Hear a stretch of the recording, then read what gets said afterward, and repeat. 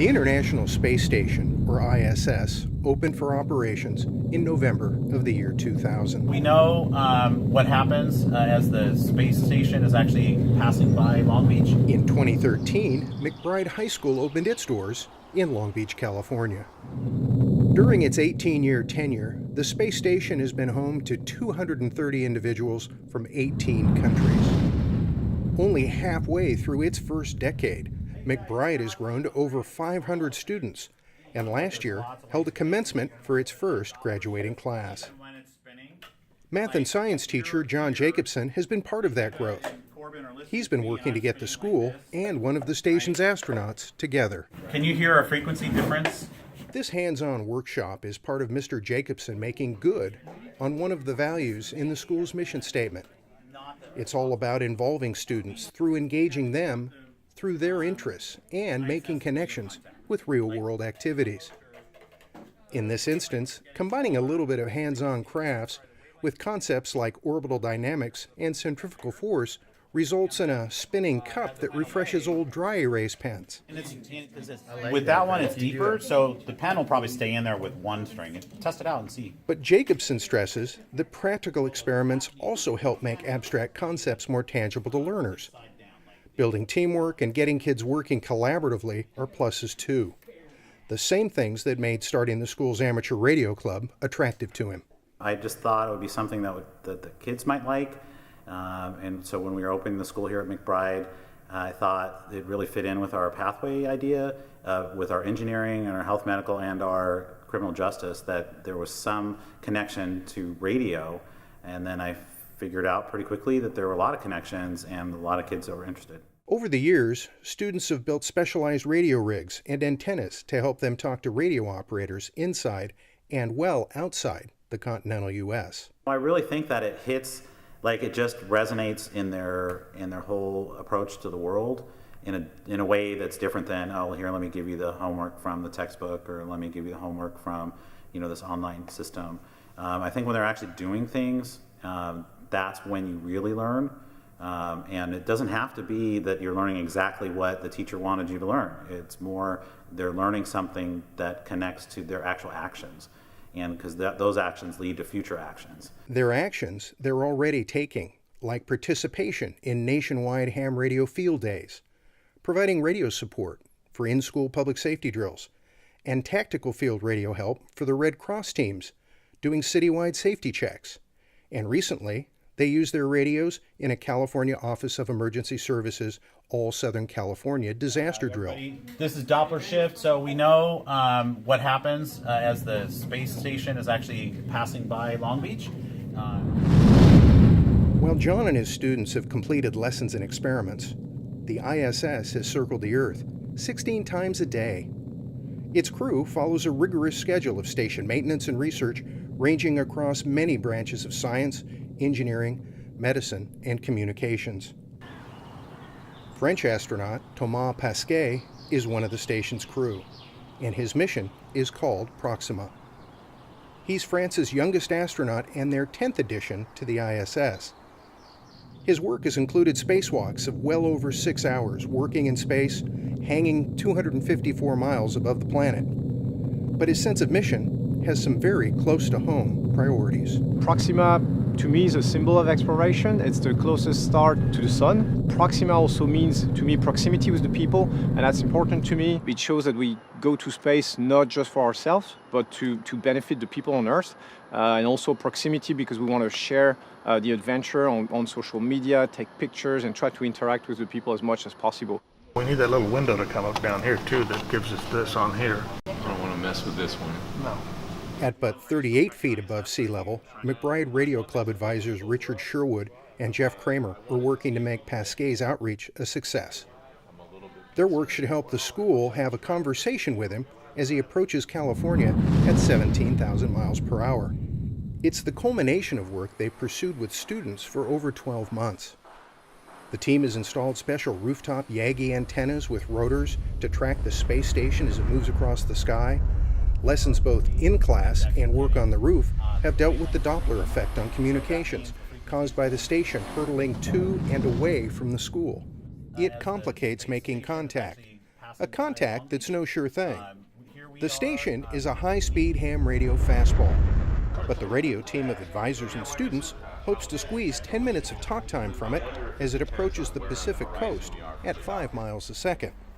As students head to classes at the speed of a pair of vans, inside the school auditorium, radio operators Sherwood, Kramer, and student Wyatt Law wearing the headset work to make that happen. This is K6MHS.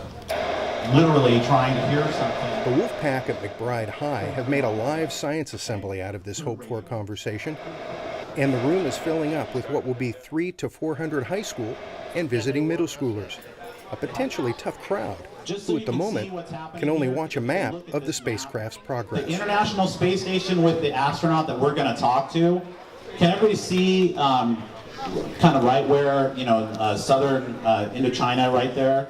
Radio technology and lots of science are on display, along with the reputations of student radio club members and Mr. Jacobson. Hey guys, we're going to get ready to be really quiet. I want to see if you can hear the static from the radio. Test. John, can you hear me? Range, it's telling you how far away it is from us. You can see it's like moving pretty quickly, so. You guys hearing that a little bit? Okay, right now it's static because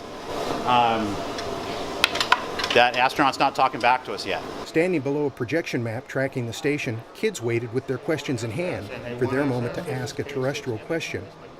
As their Proxima mission astronaut got, well, more proximate. The audience waited, cameras flashed. Then teacher Jacobson waves off a cheer breaking out from the crowd as the room realizes contact's been made. We got a 5x6 signal here in Long Beach. We got some kids here that would like to ask you some questions. Are you ready? I am ready, and it's a pleasure being with you today. Thank you. You too. Students are ready with questions, some on everyday operations, others a bit more thoughtful.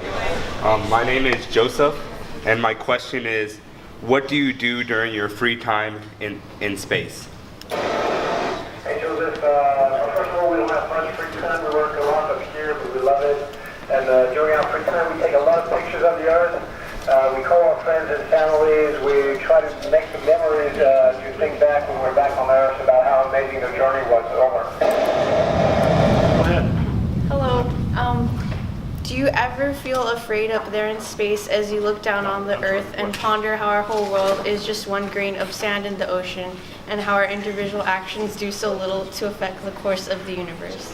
No, not really. The proof that we matter, we can do unbelievable things if we get together. So we're not that little, and you cannot let the immensity of the world hold you back on doing what things. McBride teachers love Pesquet's upbeat attitude and encouraging answers. He urged students to try things outside their comfort zones. Don't be afraid and try everything. Try to do things. Don't censor yourself, because very often people are not going to even try, and that's the best way to not succeed. So try everything. Try to get interested in a lot of different things. Try to travel the world. Speak foreign languages, because that's important too. And if you manage to do this, you'll have your chances for. Hi, my name is Matthew. What could you say about climate change that someone without your experience wouldn't be able to, that would change a denier's view on the subject? Pesquet entertained serious student questions and also brought some humor to the event. What is the most used equipment when you're in space? The most used equipment? Well, I must be the toilet, so maybe But the importance of learning was Pesquet's core theme, along with that crowd-pleasing little bit of humor that held the room's attention. Hi Thomas, my name is Emily Soto. What is something you wish you would have known before becoming an astronaut? Something I wish I would have known. I wish I would have known that music is important in space, and I was going to run out of music in 1 month. That's like 5 months to go, and I don't have any new music to listen to. So. Student questioners asked about the qualifications needed to get into space, the emotional demands of the work, the food and what happens if it runs out, and of course, extraterrestrial life. And during the last question, What do you think about the planned SpaceX trip around the moon? the International Space Station moved out of range. Thomas, it looks like we've lost your signal down here on Earth. Have a safe trip, astronaut, and we hopefully someday will be talking to you again. Good luck. The auditorium of McBride Wolfpack members didn't need much encouragement to show their enthusiasm for the event, their advisors, and the student participants that made it all happen.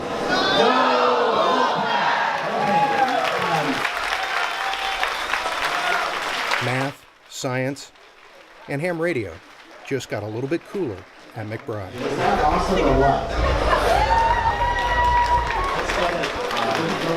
A ton of people to thank for this.